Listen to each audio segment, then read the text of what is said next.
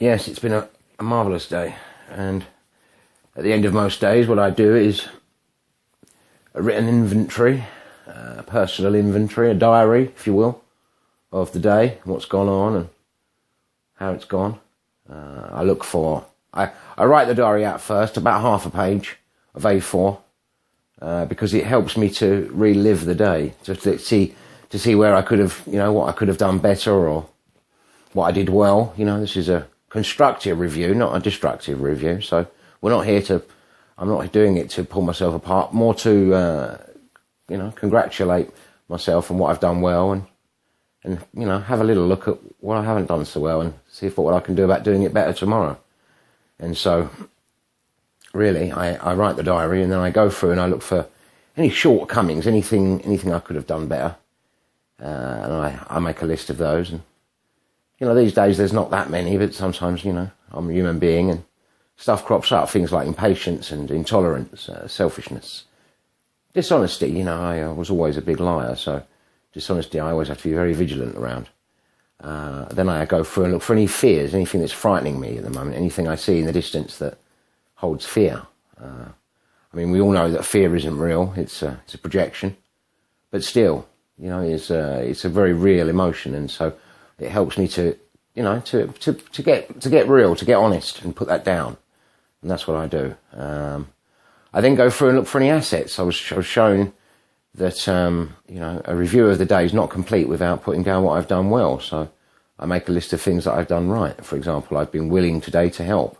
I've been a good son. I've been a reliable brother. I've helped somebody that was struggling a little bit. Well, I've helped quite a few people actually, but that's that. And once I've done that, I then look through the stuff that I could have done better, which is in my shortcomings list. I then have a look at what my idea of my higher power would do in those situations. For example, if I was intolerant towards motorists and was very close to their bumper at the back and sort of cursing under my breath, maybe my higher power wouldn't do that. He'd hang back and remember that I don't own the road. Just certain silly little things. You'll be surprised once you write them down how they stay in the mind. And done, sort of repetitiously, with endeavour, you then see a pattern emerging of stuff that is a constant source of struggle, and you can start to remedy that. And so, my experience is I remember one day after doing this intolerance to motorists and keep writing it down and asking what the right thing would be, and sort of asking life itself to sort of show me a tolerant view of people on the road. I can remember one day being very close to the bumper, cursing under my breath as I usually do, and suddenly it occurred to me what I'd written down the night before, and I pulled back and I thought, wow, that's amazing. That's actually helped me to do that, and absolutely astonishing. Anyway, so then I go through and I have a look, do I owe any amends? Is there anything that I've said or done that needs to be put right before I go to bed? It's always best to clear up, to go to bed on a clear conscience, if possible. It's not always possible, but I do try my hardest to make it so.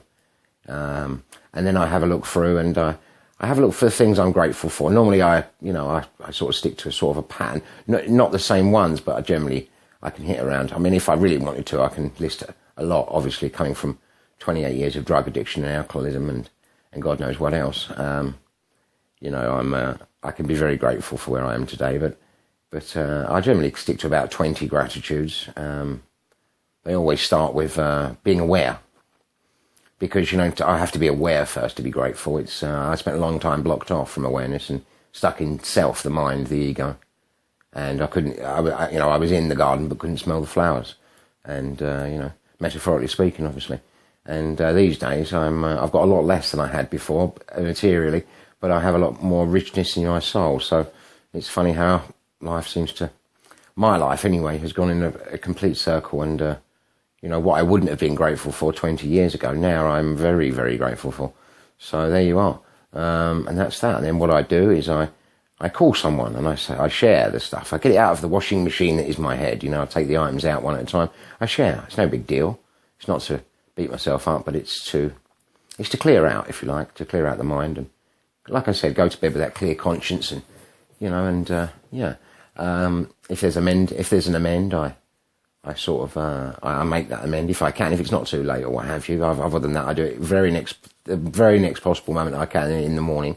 I don't leave it because I've got a habit of being lazy, and so I don't leave things. I get them done now, and yeah, and then I have a look at my gratitudes, and really I share what's going on. I have a good look at it, and I get grateful. And the last thing I really do before I go to sleep is to thank life for all the things on my gratitude list. And I do that out loud, and the reason I do that is so that I can hear myself saying them. Sort of thoughts disentangle when they come from the mouth, and that's my experience anyway. So, yeah, and that's what I do on a daily basis. And, I try not to hurt anyone. Well, I don't hurt anyone, but sometimes my impatience and tolerance is a bad habit of aggravating people. But, I do my best to sort of get that right. And, but, I don't hurt anybody. I try to help if I can. And I remember that, fear's not real. Right now is really all that's important. The rest is, the past is a story, and the future's not happened yet. So it's pointless being in either of those places, because one's already happened and one hasn't even happened yet. So I find it's better in the now. That's where I feel the most secure, and also where I'm most present for other people is in the now. Not attached to some sort of story or emotional recollection. So yeah, and that's really what I do. I hope someone's got something from that, and I wish you good evening. Cheerio.